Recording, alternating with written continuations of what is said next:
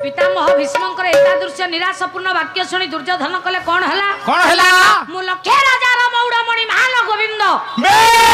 मान चक्रवर्ती महाप्रतापी राजा मु दुर्योधन शत्रु मान पाखे शरण कदापि मु मागी पारि शत्रु रे शरण मागिबा पूर्वरु मरिबा भी गुणसय मरिबा भी गुणसय मरिबा भी गुणसय यही मुख नहीं बंजीबाटा सब समान नचकायर छपत ये विदाय नहीं न दुखे दुर्योधन ने छपत के प्रवेश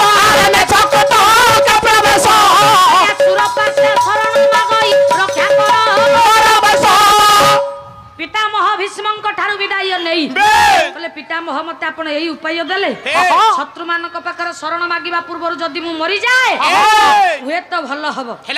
विदाय नहीं चलिले बाबा मान गोविंद राजा दुर्योधन जेतेबेले भीष्मक निकटरू विदाय नहीं